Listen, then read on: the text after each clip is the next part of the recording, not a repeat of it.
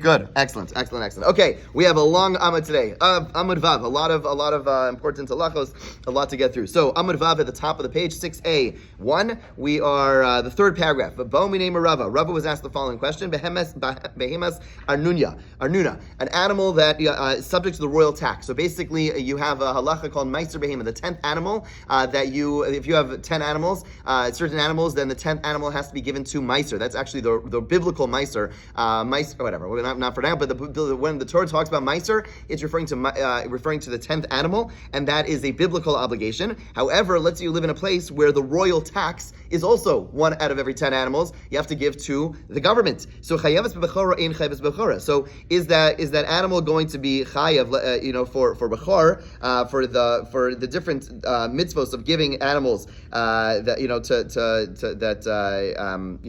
has to be sanctified at birth? Is that something that's going to be applicable, or do we say since it's also owned by a non-Jew, and there is a halacha that if there is a Jew and a non-Jew have a partnership, then the animal does not have those regular obligations, those regular mitzvahs that pertain to them. So over here, if I'm obligated to give it to the government, is that considered like a partnership, or is it considered like mine? Right? How do we see this? Right? In other words, it's not like in a situation where it's owned by a Jew and a non-Jew, then those obligations, those biblical obligations, do not apply. When it's owned by a Jew, they do. Over here, it's not really owned by a non-Jew, but the non-Jew has a right to them, right? Because you have to give them as a tax. So do we say that you're obligated in Bechor or not? So the Gemara says, whenever the Jewish owner is able to pay off the king by paying him money instead of the animal, of course the animal belongs to the Jew then. In other words, if I'm able to pay off, if the law of the land is that you don't have to give the animal, you have to give the animal. But if they come to your door and you say, okay, instead of the animal, I'm going to give you the financial equivalent to the animal, then for sure the animal is considered yours. When is the question relevant? When the Jew cannot pay him with money, and you have to actually give the animal. What's the halacha? Amalahu Petura. Rava says you are exempt. Ask the Gemara about Tani Chayavas. We have a brisa which says in this exact case you are chayav, that the animal is subject to the laws of Bechor and all the other mitzvos that relate to owning animals. Gemara says Hasan Matzah Masalik Lei. That's where we're talking about where you are able to pay off the government by giving the financial equivalent to the monetary equivalent to the animal, and there the animal's really yours. But in a case where you can't, Rava says you are exempt. Okay. What's the context of this? The connection to this is the same question of what is considered yours, what's not considered yours. We're talking about a non-Jew, for example, leaving things by your house. We're talking about situations where things are partially going to be yours, and what's the status. So, Ikeda Amri, there are those who say this. Amurava behemas arnuna p'turim min bechora. An animal that is subject to a royal tax is exempt from the laws of Bechor. V'afagav demant masalik lei, even though you are able to pay him off money, nonetheless, you are still going to say the animal is pater. Okay, okay. So in this new version, Rava says that even though you are able to pay him, you still are exempt because at the end of the day, the king, the government, still has some connection to your animal. However, when it comes to bread, okay, but the dough subject to the royal tax is subject to chala. Now, what's the difference? Even though with the dough, the person cannot pay him off. So this is very strange, right? On the one hand, he's saying by the animal, even in a situation where the government has, where the government will be open to being paid off, right? If the government's open to being paid off, then what's the status of that animal? The animal is really should be yours. We say no, since the government has some claim in it, you're exempt from Meiser. So really, Rava comes, according to this version, Rava is saying that as long as someone has some claim to it, as long as a non-Jew has some claim to it, then it's really not yours. When it comes to dough, he says, even in a situation where the government could take that dough and will not be paid off, they'll only take that dough, you're going to be, there you will have to take off chala. We do not say that it's a joint ownership between a Jew and a non-Jew. What's the difference? My taima, behema isla kala. An animal has publicity, isa leis la kala. The dough does not have publicity. I'll share the way the Ritva learns this. He says something which seems a little bit unethical, but I'll explain. He says that when it comes to the animal, so he says, Rava really holds that as long as a non-Jew has any claim in your stuff, then it's considered joint ownership, even if you're able to pay him off. When it comes to the animal, therefore, you're going to be exempt from any of the pertinent halachos. When it comes to chala, when it comes to dough, even though when it comes to it's different. Why? Because when it comes to dough, does the government really know when you're making dough in your house? The answer is not really. When you have an animal, everyone knows about it. When you have dough, the government doesn't really know about it, and therefore people are just going to, we'll call it, cheat on their taxes. Now, I want to make a very important caveat. He says, therefore, there's no call, there's no voice, there's no knowledge about it, and therefore, you're never going to end up paying the taxes. Now, it's important to note, Gemara and Tosfos elsewhere points out that this notion of not paying your taxes is relevant in a situation where you have a government which is going to have unjust laws pertaining to the Jewish people. In other words, Tosfos points out that in a situation which was the norm throughout much of history, on Tisha B'Av we're going to talk a little bit about Jews living in in certain regions. The taxes were as high as 50% for Jews, 50%, and sometimes a lot higher, right? Whereas if you're not Jew, you paid whatever, small percentage, right? So those types of taxes are completely unfair, and a person is allowed to therefore not pay them because that is not. But if it's a normal tax, the government says, hey, every citizen, Jew, non-Jew, this, that, no matter what, you're paying 10, 20, 30%. Okay, you got to pay them. There's nothing to talk about, right? So the Rif was talking about a situation where there was an unjust tax on Jews, and that's the situation. Okay, so let's get back to chametz. A non-Jew enters your house on Pesach, and he's holding dough in his hands. You don't have to get rid of it. If the Gentile deposited it with the Jew, then zakuk levar, you have to get rid of it, right? If the Jew designated a room for the chametz, ain zakuk levar, he's not obligated to remove it. Because the pasuk says it shall not be found. Now that last pasuk is a little bit hard to understand. We'll come back to that in a second. It seems to not really explain it, but that's the end of the brisa. We're going to unpack this brisa. So first of all, Gemara says, Micah Amar, what is the pasuk over here telling us? Because it says it shall not be found. So Amar Papa, this is what it means. Areishakai is going on the first line of the brisa.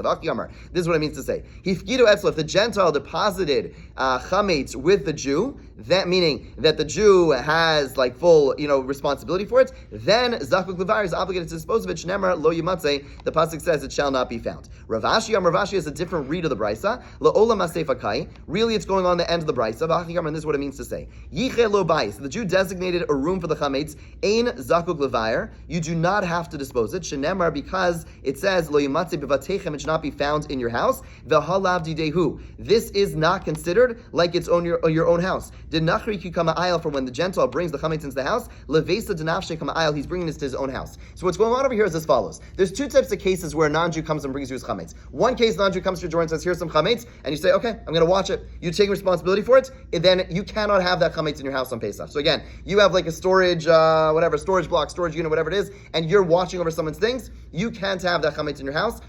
That's not acceptable. But a non-Jew comes to your house and he says, hey, can I put the chametz in your house? You say, go find some place over there.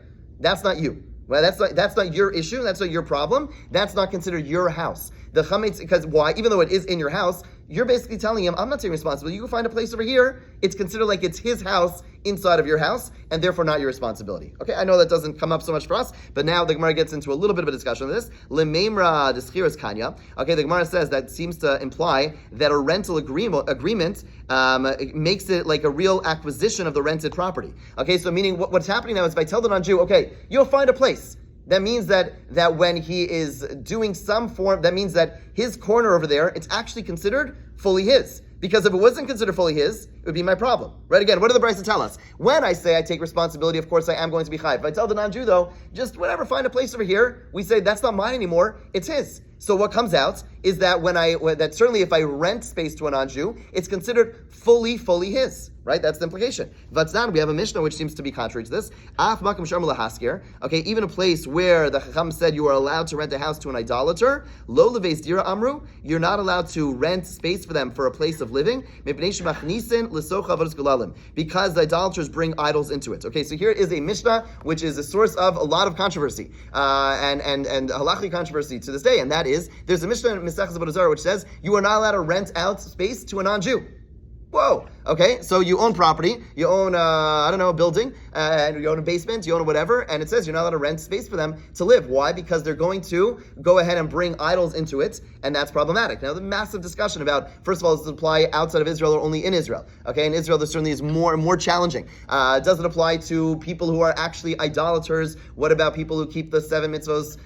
Does it apply to them? Does it apply to Arabs who are monotheists, right? On the one, they believe in one God, right? So where does this apply? So the Shulchan Aruch actually paskins you're not allowed to rent space inside of Israel, outside of Israel, to a non-Jew. The Nosei Kalim, the Ramah already starts saying no, but the minhag is that we do. But there's a massive discussion worth thinking about if you're in the rental space. But the bottom line is the minhag is assuming that someone is not fully.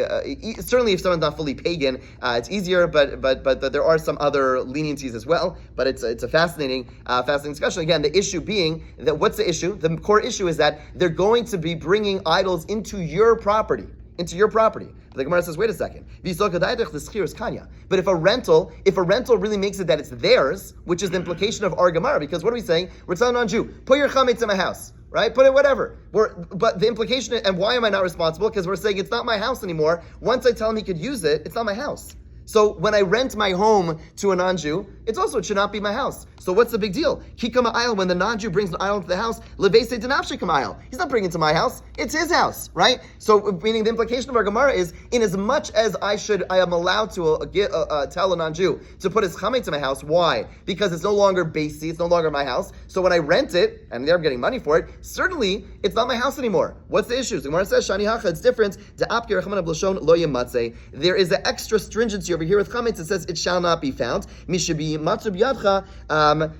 It's extra leniency. That it says it shall not be found. Something which is found in your hand. Matzub yadcha. Over here, it is not found in your hand. Granted, it's true that the rental, at least halachically. Okay, this is an interesting thing. That halachically, a rental does not make it like it's no longer my house. Now, in legal, one of the leniencies actually to rent out your space to a non-Jew is the fact that a rental agreement in dina machusa dina, meaning in modern terms, a rental is like it's their house, right? If something would go wrong when someone rents your house, like it's their house at that moment, right? Halachically, a rental doesn't have that same power. But the Gemara is saying, but when it comes to, so really a rental does not fully give it over to the non-Jew, and that's why you're not allowed to rent out your home to an idolater because they're going to bring idols into your home. However, when it comes to chametz, even though that space is really yours, but what's the prohibition? The prohibition is bal yamatze. It cannot be found, lo yamatze, it cannot be found with you, and it's not found in your hand. This is not considered your hand. It might be considered your house, but it's not considered your hand. Yes? Okay, I'm just a little confused. If they're saying like they ruled a certain way, how can our minhag be less than that? So it doesn't mean minhag. Yes, thank you. It does not mean minhag like, our minhag is like to ignore the halacha. Right. What they mean is they go through and they list many different halachic reasons why it's lenient, and therefore the custom is, but not like we have a minhag which disagrees with halacha. Right. It's like. Yeah, so bottom line is it's a full-fledged halachic analysis, basically explaining why we have a different ruling. Okay, bottom line is, again, our modern day rentals are a little bit different than the way halacha looks at rentals. So again, if you plan on renting a place to a non-Jew, you should study the sugya. It's an important sugya. But the bottom line is, if a non-Jew comes to you and you say, if you take responsibility for the chametz, then you cannot have it in the house. If you're not taking responsibility for it, you're just saying, okay, go find a place, then that is permitted. Okay, let's go further. Amar Yehuda Amar Rav, Hamotze chametz v'esav b'Yom Tov. If a person finds chametz in his house on Yom Tov, how often? Raise your hand if this happened before. Okay, of course. You clean for Pesach. Guess what? I don't know. You have a kid. I don't know. It's simple as that. Or whatever. You didn't do such a good job, and you find chametz on Pesach. Kofa love is a kli. You cover it with a vessel. Why do you cover the vessel? So you don't need it either. Yeah, but why do you get rid of it? You can't. It's Yom Tov. It's muksa. It's muksa on Yom Tov, right? So it's muksa on Yom Tov. So you can't get rid of it. But let's say right after. So here's the big misnomer. Okay, mistake. Okay, so let's say it's right after Yom. So now fine. On the first day of Yom Tov, you found some chametz in someone's pocket. Fine. Whatever it is, you cover it with a bowl. Fine. And now you're not going to touch it. It's going to remind you not to touch it. So what do you do? Matzeh on Cholamayit. Do you burn it? So the poskim actually bring down you burn it, but that's the early poskim. But that's because most of them didn't sell their chametz. But if you ever read the documents, you should read before you sign any legal documents. But the chametz that you sell to the non-Jew, right? What does it say? It says the chametz is found in the kitchen cabinet, blah blah blah blah blah, and everywhere it's found. Meaning that wherever the chametz is found in your house, it belongs to a non-Jew, right? So shkayach, you just burnt chametz on Pesach. You also just stole. It's not your chametz. Right? So if you actually went ahead and sold your chametz, then the halacha is really what you should be doing is then kicking that chametz. You're not supposed to touch it directly, so move it in some way indirectly into the place that you sold it, into the place listed, because it doesn't belong to you, it belongs to the non-Jew. Okay, fine. Let's go further. But you also were mevatel. You also did the bit. Yeah, but you're okay. The question is, where does it fall? But the bottom line is, okay. Bottom line is, we assume if it's intact chametz, it goes in as part of the sale. The bittul typically falls into things which were not going to be part of the sale. Okay. Bottom line is, put it. Sell that area to another guy? Yeah, so kick it to that area where you sold it to the guy. Right. Any place where you sold, the non-Jews owns your cabinets. It's not yours at that point. It's not yours, it belongs to the non-Jew. Right. So you put it over there so the non-Jew, because it doesn't belong to you, it belongs to the non-Jew. Amarava. Im shel hektishu. If the chametz they found belongs to hektish, you don't have to do this. Why? My taima, mivdal b'dila minei, because things which are hektish, okay, again, we don't have to deal with hektish anymore, but things which are hektish, people don't touch, and therefore you don't have to worry about covering it. Okay.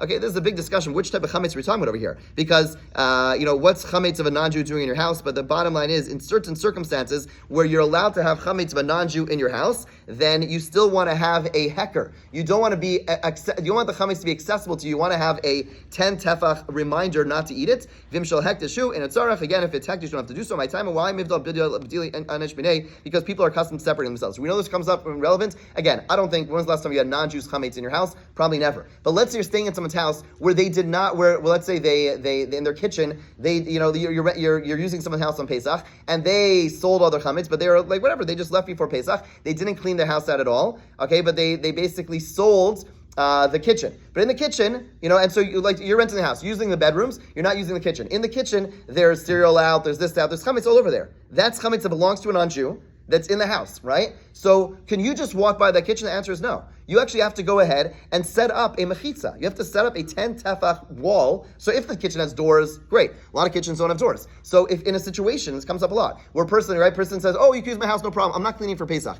You clean the rooms you want to use. I'm selling everything else. Okay, great. But if there's chametz out, which is chametz which belongs to a non-Jew on Pesach, you have to make sure that there's a mechitza, that there's some barrier preventing the person from going there, because, and that's what the Gemara is saying over here, there has to be that level of separation. You can't be in that same room. That's the application of slachas, right? So even though you think, wait, I don't have non-Jews chametz in my house, yes you do. Because if you sold your chametz to a non-Jew, then you have chametz of a non-Jew at your house. So that's why what do? We cover it up, we close it, but in a situation where it's left open for whatever reason, again, typically in a case where someone else is using your house, then you have to make sure there is a mechitza, there's some form of a wall as a barrier between where you are and where the chametz is. Okay. Okay. A person leaves their house in a caravan for a distant destination. If it's before 30 days, you're not obligated to dispose of the chametz. Now, the way most Mefarshim understand this is, what do you mean not obligated to dispose of your chametz? What it means, you don't have to do bedikas chametz, right? So when do you have to do bedikas chametz? And this is going to come up a lot. Let's say you have two homes, right? You have a home in Florida, you have a home in Baltimore, right? And you stay in your home in Florida until March 1st, okay? Pesach's in April, right? So you're leaving March 1st. Do you have to do, so of course, any chametz that you're aware of, you get rid of, right? But do you have to do a bedika for chametz? For the extra stuff, the bedika is making sure there's nothing you're missing. The answer is, if it's before 30 days, you don't have to do so. Tov shloshim yom zak levar. But if you leave within 30 days, so again, let's say you're leaving your own home, you're going to Israel for Pesach, going to Florida, but whatever, going away for Pesach, and you're leaving within 30 days, you do have to bedikas chametz. Amar Abaye hada amras tov shloshim yom zak levar lo arman el shdai to lachzor. That, so Abaye says that halacha that you're obligated to, again, he writes dispose, but the way the poskim understand this is to search, is only if you plan on returning. Aval ein zai to lachzor, if you don't plan on returning,